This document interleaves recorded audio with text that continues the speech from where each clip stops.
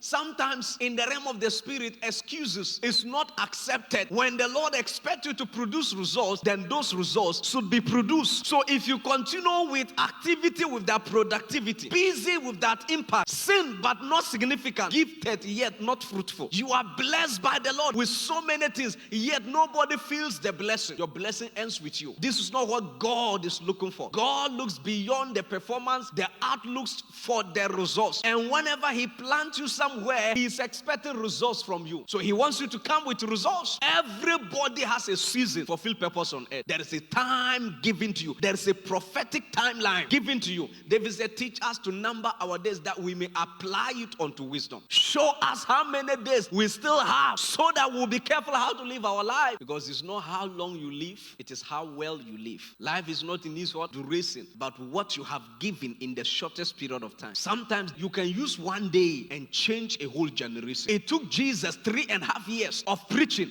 and 3 days to save and then to die and redeem an entire world. Then, now, and forever. So you must understand what is happening. Where has the Lord placed me? What is my divine placement? Where is my vineyard? And what is the Lord expecting from me? Everybody, God has expectation on you. It does not matter what you do, who you are, the career you have, whether you are preaching, you are not preaching. Everybody, there is a divine assignment over your head, and there is a heavenly expectation on you. So anywhere you are, the angels of God and everybody, they are expecting you to represent them and then to bring a positive change from that environment. God is expecting that. Sir, you must know what is on you. And there are some people, there is a weight of a nation on them, like the president of the country, John Dramani Mahama. If he's living for his family at this time, he's a failure. Why? Because he's representing the whole nation. So if he come online, he's talking about his family, we'll have problem with him. Because we are not expecting him to represent his family alone again. Now it is his family and the entire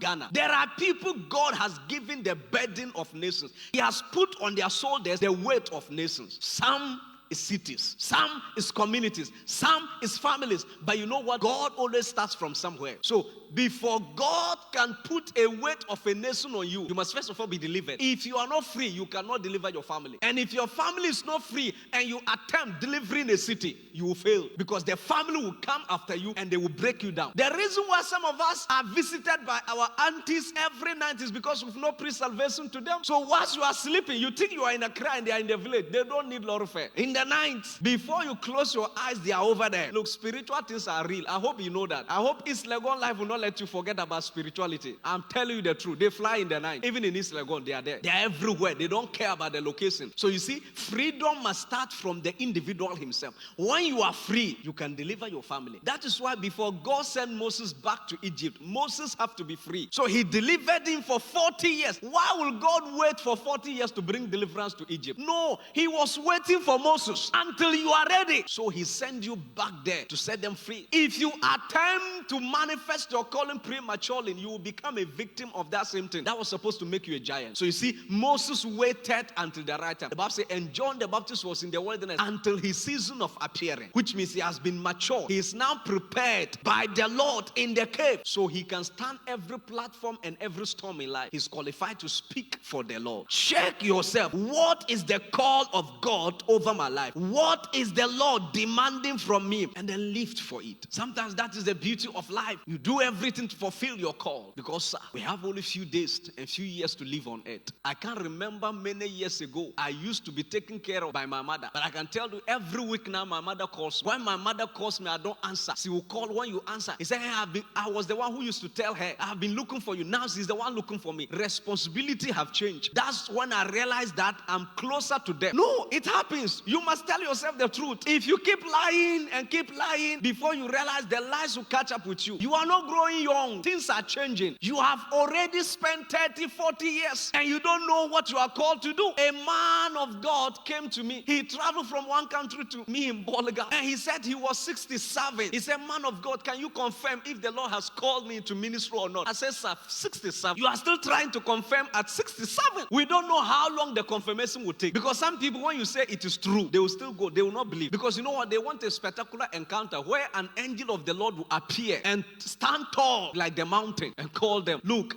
sometimes, like I said, it can be a burden. God can reveal what you are called to do by putting a burden on your heart. When it is a burden, it is a sign that is the beginning of the burden of your purpose. It becomes a burden. You cannot sleep because of your family. But some of us, we are in families that whenever there is a problem, even if fire is burning, there are some people that are sitting there and they don't care. It's only few people who are concerned to quench the fire. Some people, they have removed themselves from the family long ago. They are just there by name. So when you realize that no matter how far you are, yet you can't sleep because of the house, you want to make a change because you are saying the way they handed over to me, I don't want to hand over to the next generation. I want to hand over something good to the next generation. I want to make an impact. I want to change the lives of people in the house. I want to change that. If then that is what is in your heart, you should know that your calling has been birthed many years ago. If you don't know it, he will put a burden on your heart to add more fire so that you may fulfill purpose. I came from a family, when we were kids and we are going to school, we don't have shoe. And then after closing, the sun will be very hot in the north, 40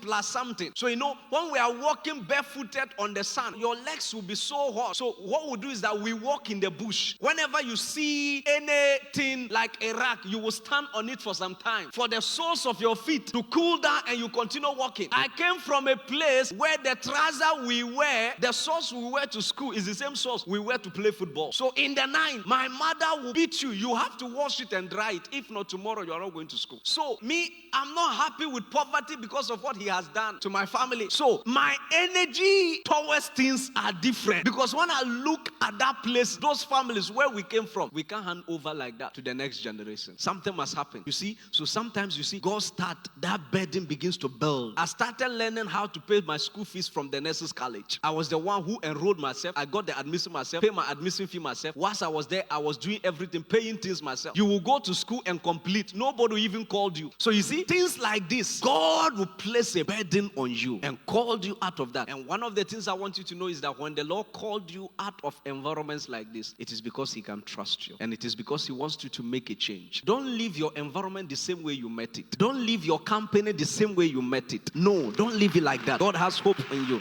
And fruitful life drains the environment. Occupying space with that value is pollution. So you become spiritual liability when you add no value to your environment. Nobody respects you if you add no value to the environment. As a matter of fact, he said, why use up the soil? In other words, all of us, we are using up the earth. We are occupying spaces, positions that someone could have occupied and helped 10. You have occupied it and everything goes through you. An opportunity the Lord has given people and they change a community. You have same opportunity, yet nobody has been changed. A privilege people got and they caused people to be born again. You had that same privilege and rather you are turning people against the Lord. You have no idea that being a surgeon is a privilege to lead many to Christ. You don't know it yet. And you have no idea that being a politician is like Daniel being called to the governance and then to represent God in the government. You have no idea that where you are is like Joseph, who has been kept there to preserve the next 7 years of Egypt.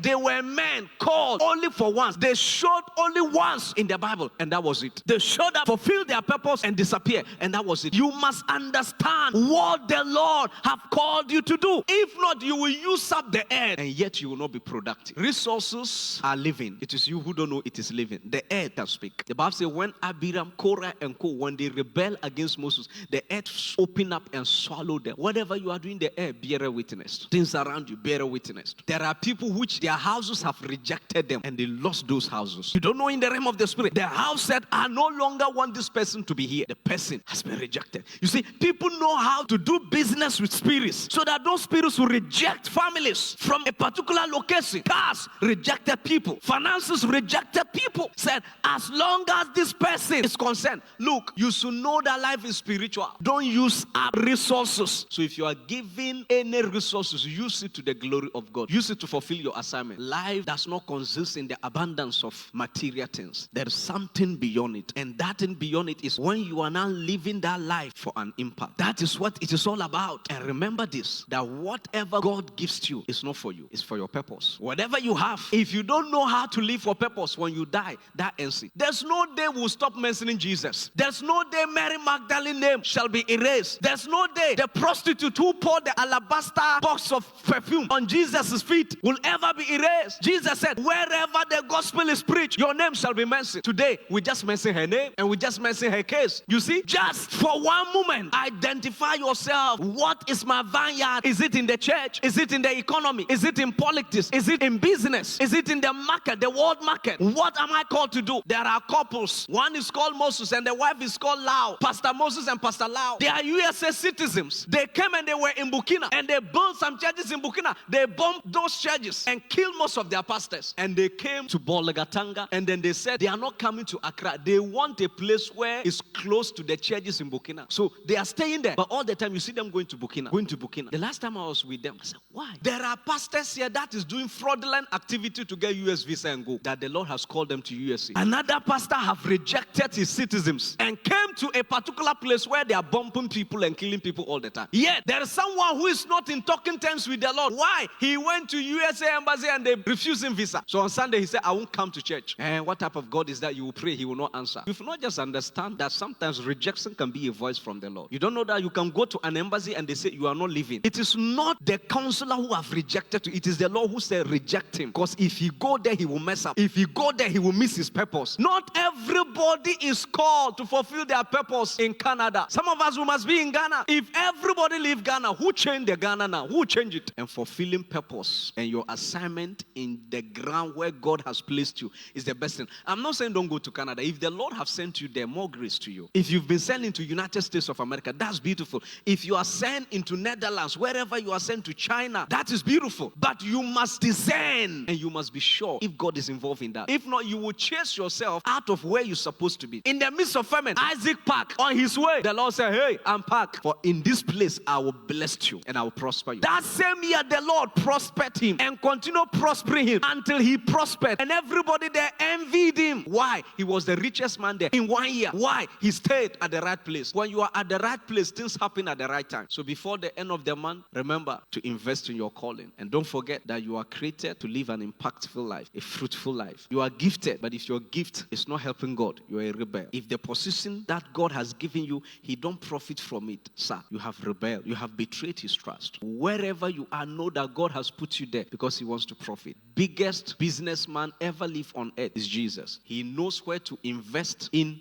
to get the returns. If he knows you will not pass it, he will not give it to you. And if he know he will not profit from you, he will never invest such amount in you. Every businessman, when they want to invest, they check where they will get their monies back. Nobody puts his money where it will not come back, and they know and they are putting it. No, then you have it in abundance, you want to just waste it. Jesus is a great guy. He knows who to invest on. And I also made a statement. Imagine God betraying nations to stand with only one man called Abraham. He suffered no man for their sake, and he rebuked kings and saying, touch not my anointing and do my prophets no harm. And then the Bible said he defended Jacob. When Jacob went out of what? Egypt, God was his sanctuary. And the Bible said the mountains skipped like lambs, the hills like rams. Jordan turned back, the Red Sea ran, disappeared. The mountains, Jordan, nations ran, they disappeared. God was ready to crush mountains, nations, for one man called Jacob. One man called Jacob. Why? He knows that his legacy is preserved in Jacob, but it's not in the other nations. God defend men who will preserve his legacy, and he will go every mile to stand for you. Sometimes before you cry and ask God questions, check your heart, because some of the questions you are asking, you are even victimizing yourself the more, because you know that there's nothing about God in you. Sometimes you must check your heart. I'm not saying that bad things happen to people because they don't have a clean heart. No. What I'm trying to say is that before you attack him, check your heart. And sometimes that thing can be happening for a purpose.